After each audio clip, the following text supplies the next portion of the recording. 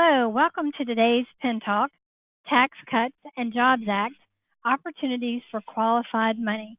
We're glad you joined us today. This is Beth Parker from Pentegra. Before we begin the presentation, just a few housekeeping items. If you have any questions, please submit them through the question box located on the control panel on your screen.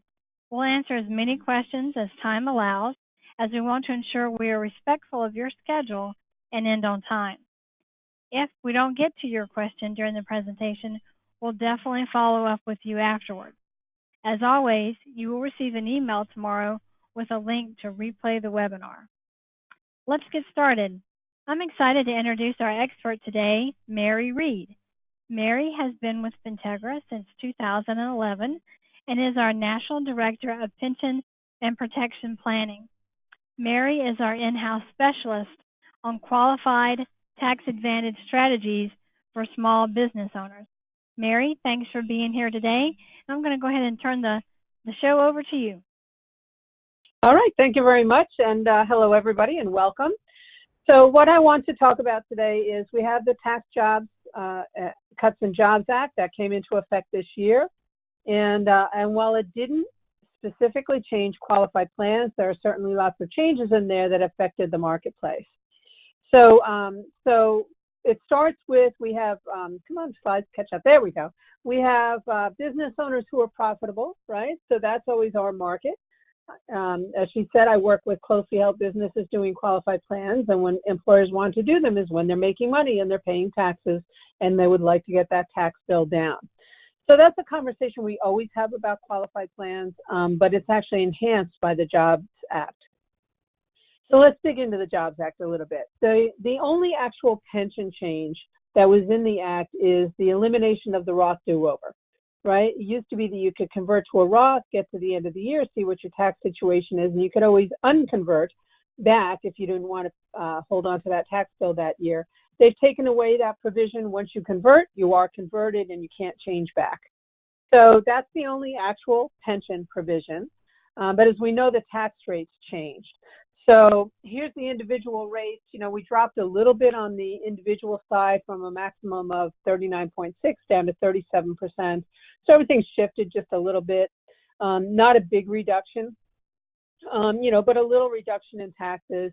And keep in mind, this piece will sunset in 7 years. So, 7 years is a long time. Anything could happen. But as we stand right now, these rates will be in effect for the next 7 years. Once we get to that sunset point, we will revert back to the original rates automatically. Hi, Mary. Let me just interrupt you really quick. I just want to make sure that everybody can see your screen. I'm showing just the front panel, so I want to make sure that what you're seeing is actually showing on the screen. Oh, okay, because it was working fine a minute ago. Yeah, check that out, please. I'll just hold here.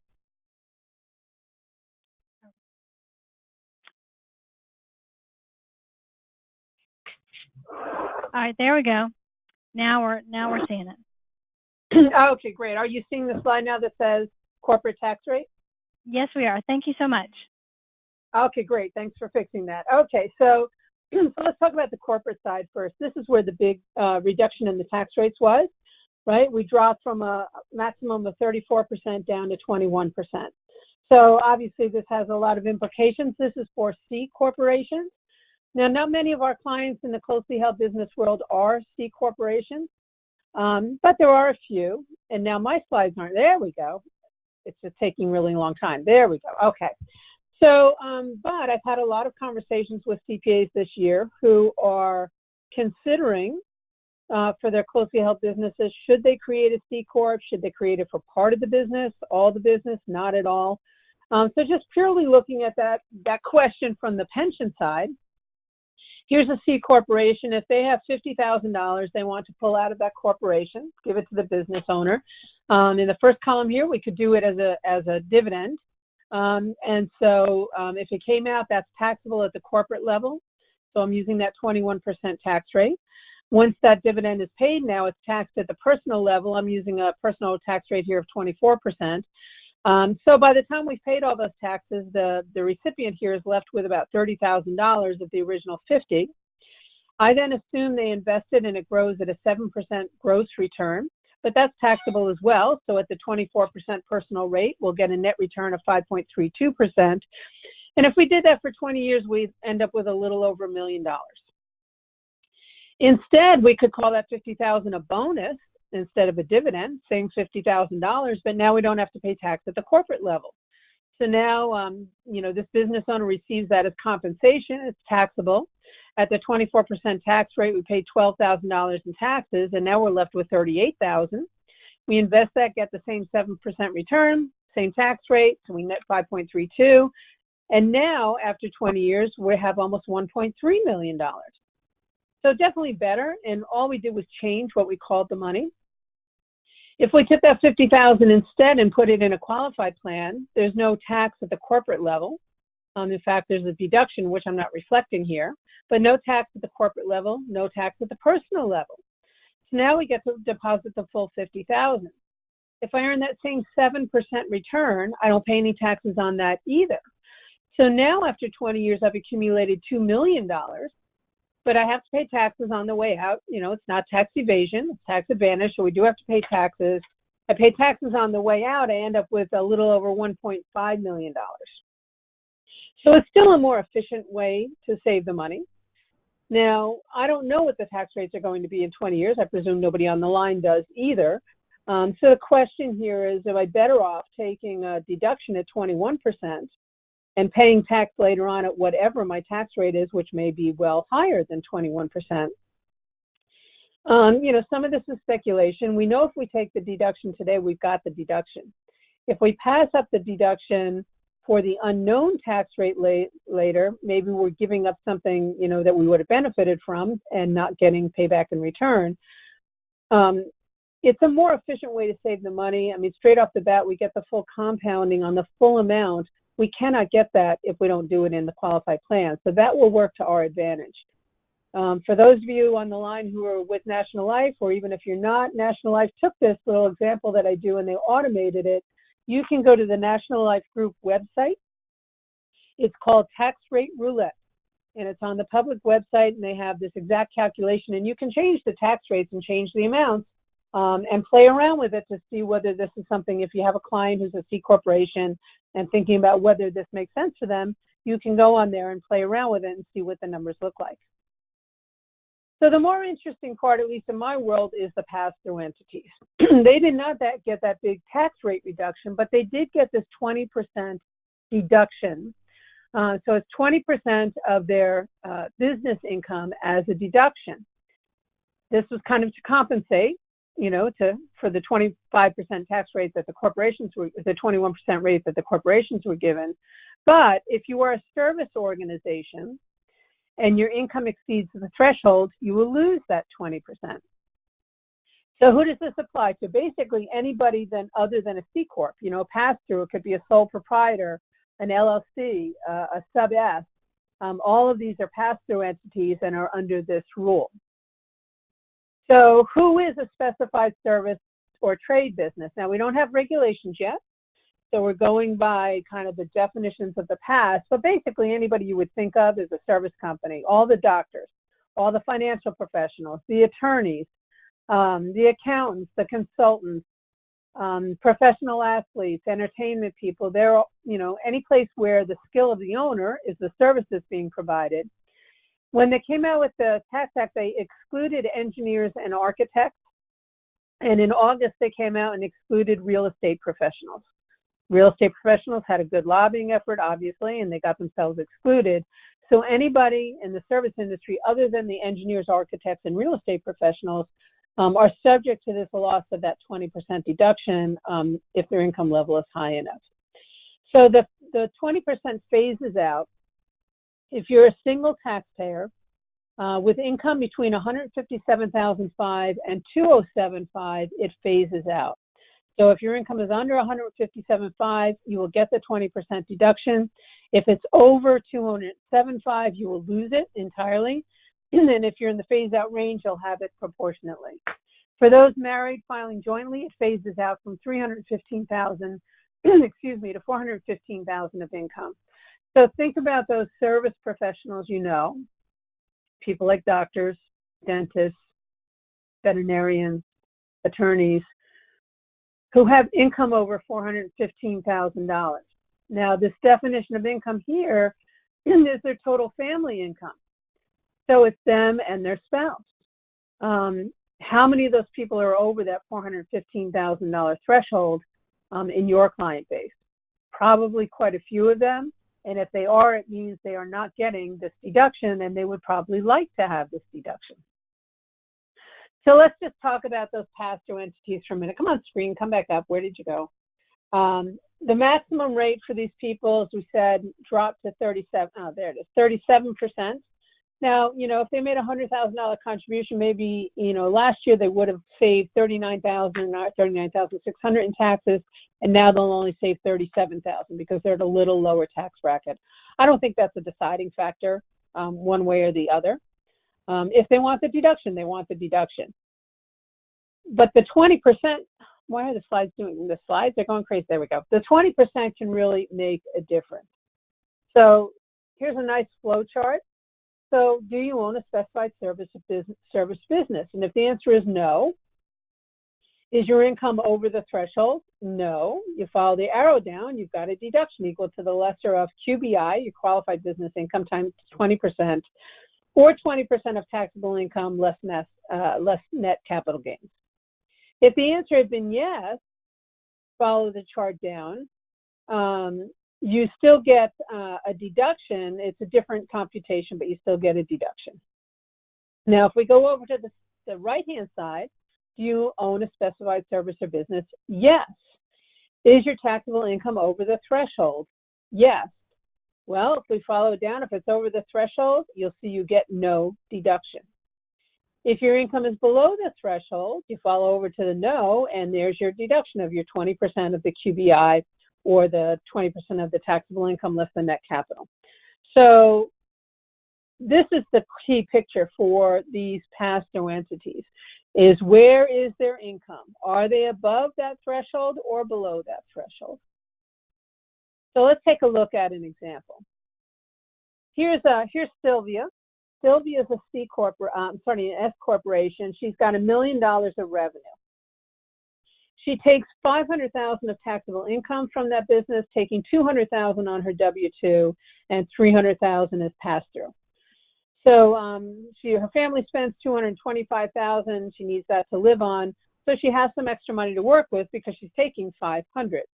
Now she is obviously above the threshold, right? Do you have a service business? She does. Is your income over the threshold? Yes, it is. She gets no deduction. Her tax bill, if we look at it here, here's her taxable income made up of $200,000 of W-2 and $300,000 of pass-through. She doesn't have a qualified plan. She doesn't have her 20%. 199A is the section of the Tax Act that gives that deduction. So her federal income tax on that income is $126,379. That leaves her with her after-tax cash flow of $373,000, more than she needs to live on. Now, we could put a qualified plan for her. Now, out there in the world of businesses, over the last, 10 or more years, somehow the word qualified plan has become synonymous with 401k. Lots of 401ks out there. But if Sylvia had a 401k plan, the most she could put into that plan is $55,000 for herself. That's the most somebody could get. Now, if she were 50 or older, you also get the $6,000 additional catch-up deferral on top of that. So maybe we could get her to 61. But she's got $500,000 of taxable income with a $61,000 deduction. She's still way above the threshold.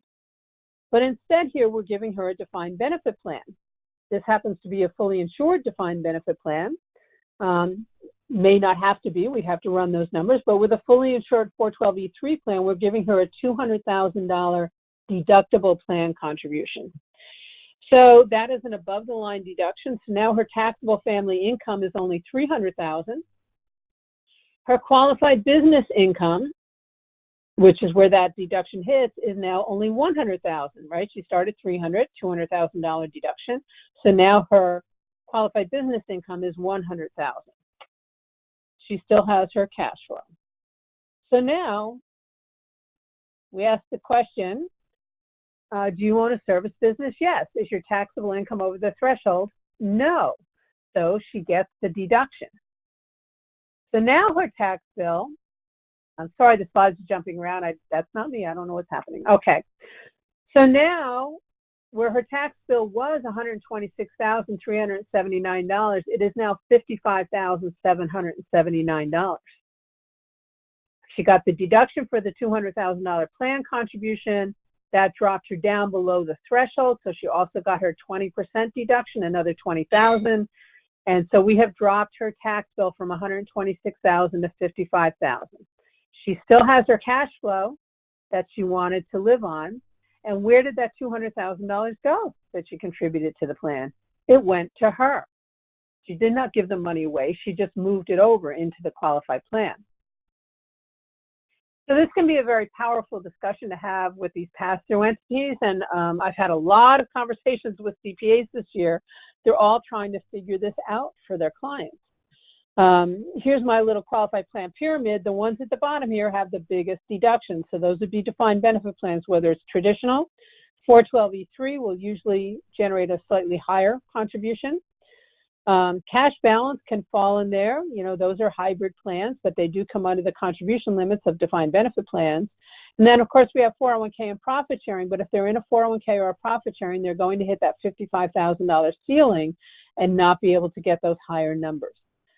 This is the first year in, I don't know how many years, 15 years at least, maybe, that I've been doing this, that I've had CPAs coming to me and asking about defined benefit plans for their clients, because they're looking for these deductions to get them under the threshold and get their 20% back. So let's take a look at a couple of more examples. So here's a typical little company, right? Qualified plans are a pretty easy decision when it's the owner only, but when we have employees, it starts to get a little trickier because we'll have to contribute for them as well. So here's, pretty typical. I've got Pat and Chris. They're a couple who own this business. They both have $275,000 of compensation. That's the maximum we can recognize this year. Their child Drew is in the business with them, and then they have these 2 employees. So we could do a profit sharing plan for this company. Pat and Chris could each get their $55,000. Drew gets $5,600, and we only have to put in $2,250 and $1,500 for the 2 employees. This is a new comparability profit sharing plan. This company very typically might also have a SEP instead. If they had done this as a SEP, they would have to give those 2 employees $15,000 between them instead of $3,750.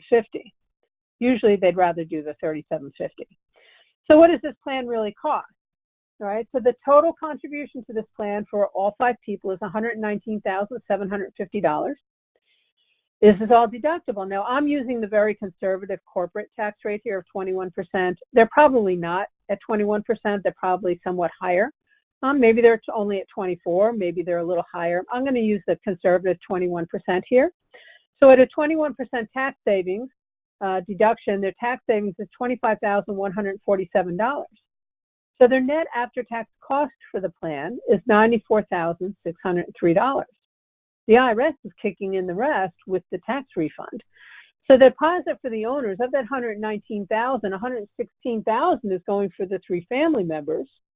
So they have a net gain. If it costs them $94,000 and they're benefiting from $116,000, they have a net gain for putting in the plan of $21,397. What did those employees cost? We gave the employees $3,750, but that came out of the tax savings. IRS is paying for them, so that's why our tax savings is $25,000. The family members are getting $21,000 of that. If they didn't do this plan, saying no would cost them $25,147 because they have to pay that in taxes. That's the advantage of a tax deduction. We're pulling that money back and giving most of it to them. So for that client who needs more than that $55,000, can afford to do more than that $55,000, has the cash flow to do more than that $55,000, this is where we start to walk in and start to look at defined benefit plans. So if I took the same company and I moved this is just a plain vanilla traditional defined benefit plan, look at the contributions now. We've got $205,000 for Pat, $165,000 for Chris. These numbers are driven by age and pay, and they have the same page, but they're different ages. Now, our older employee, with this employee 61 years old, so their number got driven up too, but still compared to Pat and Chris, the tax savings is more than going to exceed that, and this will be on a vesting schedule, 6-year vesting schedule. So now if we look at the two plans, come back. It's making me crazy. It's probably making you crazy too. Okay, come on, stay on the slide. All right, so they could do either or both of these plans, depending how rich they are, how much cash flow they have to work with and how big a deduction they want.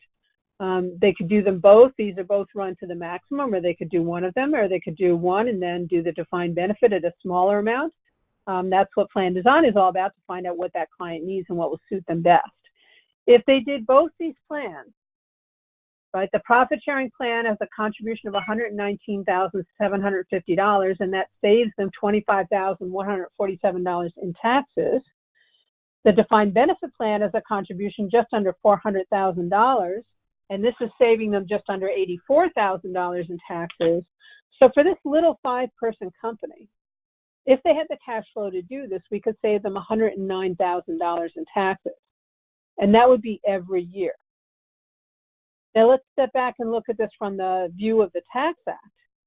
We now have plan contributions here of almost $400,000 here and another $120,000 here, so that's $520,000.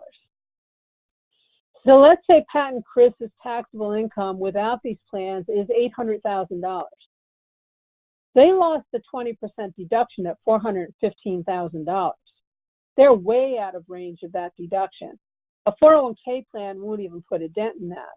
But if they had the cash flow and could do these two plans, we just gave them $520,000 of deduction and dropped their taxable income from $800,000 to $280,000.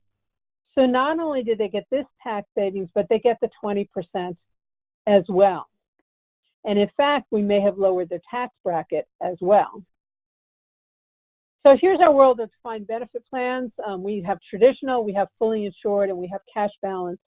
There's a company out there in the market that's really been promoting cash balance this year, and they're getting a lot of traction. And I'm having employers coming to me saying, I have to have a cash balance plan. Well, maybe, maybe not. Cash balance plans are great. We do cash balance plans, but these are all defined benefit plans. That's a matter of design. Which of these designs is going to suit them best. Frankly, a cash balance plan is much more expensive to administer. And if that employer doesn't need a cash balance plan in order for us to give the money where we want to, then we don't go to it. We'll do it with a less expensive alternative. The cash balance plans are great, but just don't get thrown off track. Cash balance is just one of the defined benefit choices. The design, the proposal process will help us identify which is the best one for them. So let's talk about 412s for a second, because they tend to generate the largest deductions. So what do we get when we go to a 412E3 defined benefit plan? What makes it different? A 412E3 plan, right? All defined benefit plans fund to the same benefit limits. The funding is done the same way, pretty much. The difference in the types is how the formulas are constructed. But the difference between a 412E3 and a traditional defined benefit plan is that the money can only be invested in level premium annuity contracts. You can have life insurance. You don't have to. If you do, it can only be whole life, and the products have to be from the same company. There are only 5 insurance companies in this market, because you can't just pull any off-the-shelf annuity. It has to be one that meets the requirement. Those 5 companies: National Life, Lafayette Life, American National, Security Mutual, and Penn Mutual. That's it right now. So National Life is one of the longest playing ones in that market, and they're pretty much at the top of the pile. And the other ones are following, but those are the only companies you can use. So what do you get by going to a 412E3? First of all, you generally get a higher contribution because the funding is based upon the guarantees of the underlying contracts, not the actual market rates. You get very predictable costs because you have these guarantees. You're not going to ride the roller coaster of the market. You can have guaranteed death benefits with the life insurance. And you have guaranteed returns because you have the guarantees of the underlying contracts. So this, like all other qualified plans, does have full creditor protection if you have one rank and file employee in there besides the owner, and it's obviously currently tax deductible. So why would we put life insurance in these plans? Same reason we put it in other plans. We can put it in any kind of qualified plan except for the steps and simples. We're going to pay the premiums with tax deductible dollars, but the pure death benefit will remain income tax free. So it may be a way to make the plan self-completing in case the person in the plan dies prematurely, and maybe they're leaving behind somebody who needs the money. It may be for another purpose, and this is just a less expensive place to pay for the insurance. There are lots of reasons to put insurance in, but usually what drives the decision to do it here or not is the leveraging we get on the money because of the tax, number one, because of the tax savings, and number two, because the way the actuarial calculations work. So here's a typical little 412E3. Here's Pat and Chris. I made the company a little smaller because this is more typical of a fully insured employer. So we just have one employee now. So if they did this plan with annuity only, we have a plan contribution of $550,487. That's already a lot of money. But if we added insurance to this plan, remember this is whole life. Here's the death benefit: $3.8 million for Pat, $4.7 million for Chris. The employee gets insurance too. And now our plan contribution is $714,809. Now keep in mind, we're running this to the max. They don't have to do the max if they're not quite this cash rich. They could do it for a smaller amount, but we're showing the potential here. So again, using the 21% tax bracket, if it'll let me change the slide, our tax savings is $150,109 with that $714,000 deduction. Our employee contribution is only $9,957. Obviously, our tax savings way exceed that and are going to favor the owners. Our owners here are benefiting from a contribution of a little over $704,000. Their out-of-pocket cost to do that is actually $564,000. So this is definitely working in their favor. Now, when we added the insurance, it does add a cost to the plan. We are adding a benefit. So the contribution for this plan went up $164,322 when we added the insurance. Now, that's all deductible as plan contribution. So if I take off the 21% tax savings, out of pocket, it's costing them just under $130,000. The premium for this insurance is $330,000. I don't know anywhere else you can pay a $330,000 premium for $130,000 and still keep the death benefit income tax free. So this is why we see insurance in a lot of these plans. So let's take one more look at another sample one, going back to 199A. Actually, let me go back here for a second. I want you to think about one other thing here. We have a contribution here of $714,000. So let's say Pat and Chris's taxable income now was $1 million. They can't even see that 20% on the horizon. They are so far away from me being able to get that 20% deduction. But if they start at $1 million and we give them a $714,000 deduction, again, they're below $300,000. So they've gotten the deduction and the savings for the plan, but also gotten their 20%. Whoever is doing their 401k is not having this conversation with them. So let's look at this one other example here. Come on, come back. All right, so here's a couple. They're consultants and they have taxable income of $700,000. Again, way above the threshold, right? The threshold is at $415,000. They lost their deduction. So as they stand now, they've got $700,000 of income. That puts them in a 37% federal bracket. Their taxes due are $259,000. If we give them, this is a 412E3 plan for them, we could do a contribution of $405,000. That's deductible. So now their taxable income is $295,000.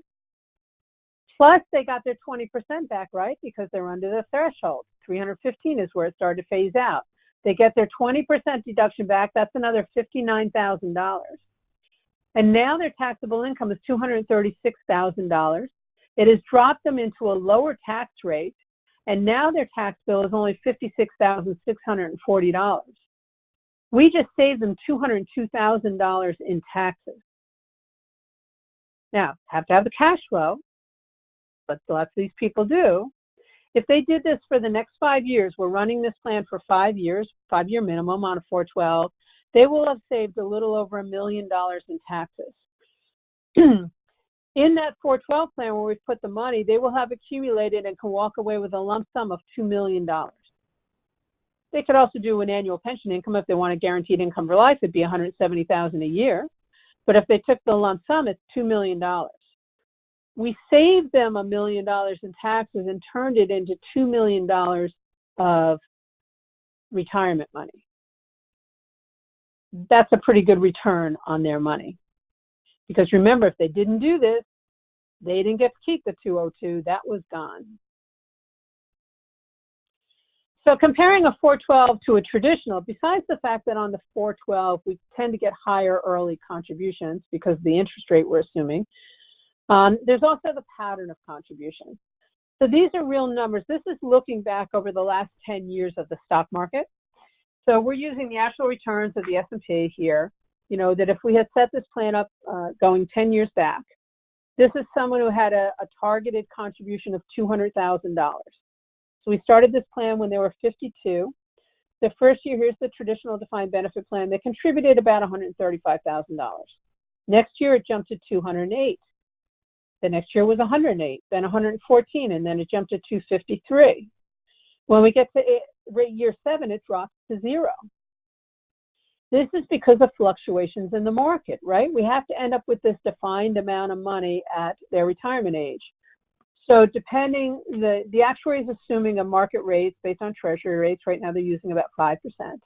But if the market really returns 10, for example, their contribution is going to get cut back.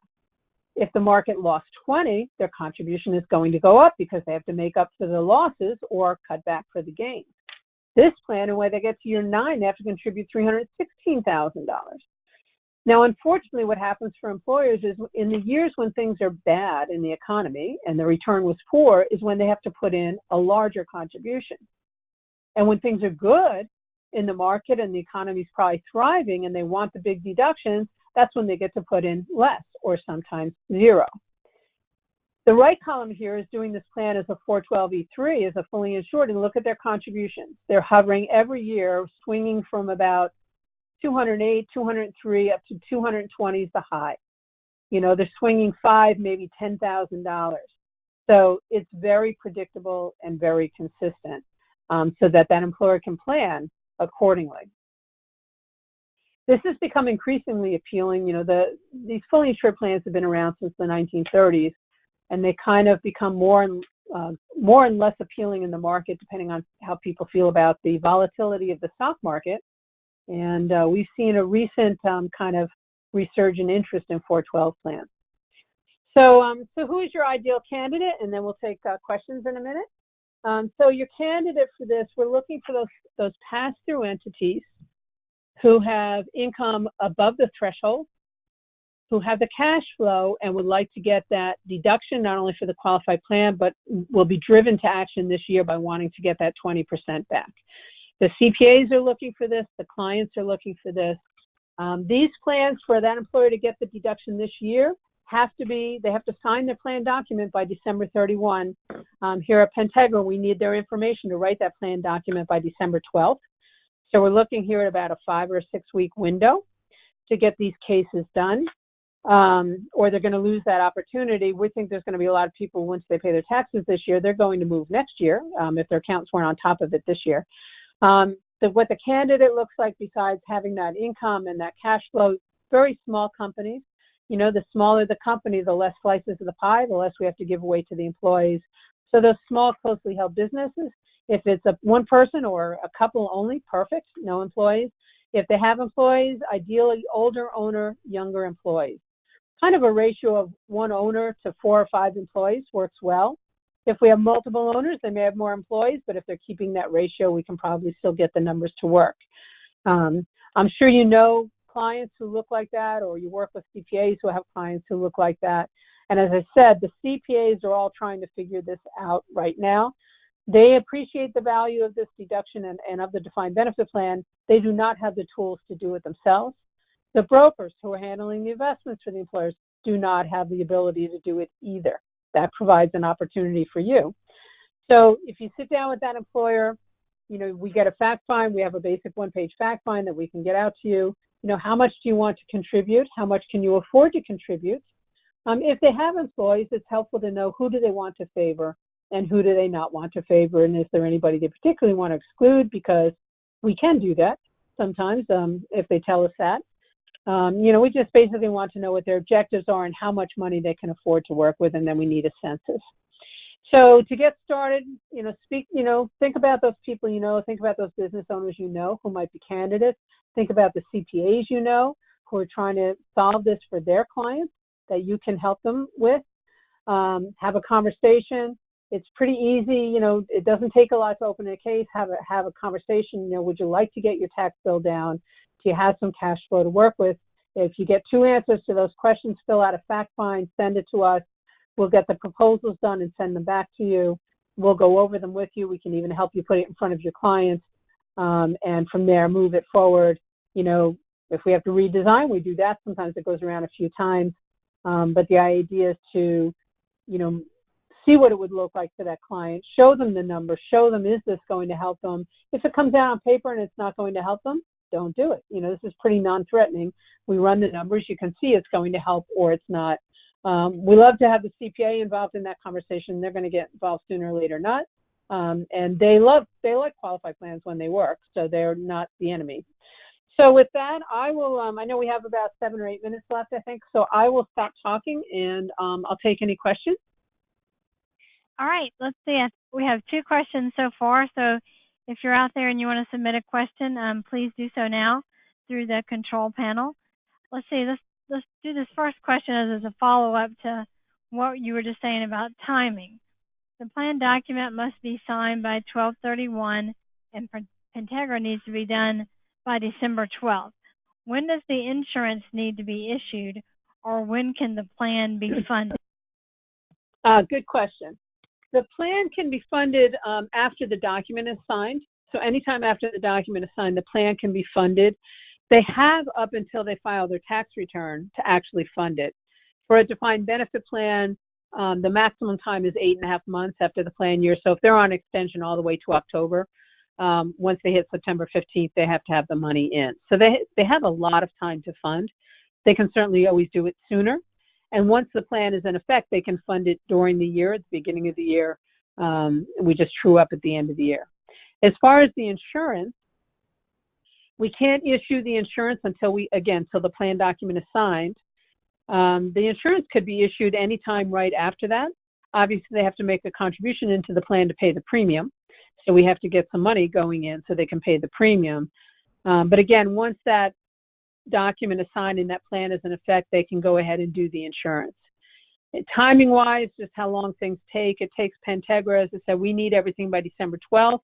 We'll make sure that document is in their hands by December 31 to sign. If you were to start them going through underwriting at the same time, simultaneously, we will have that plan document done probably about the same time, sometimes even before underwriting is complete, and you're ready to issue.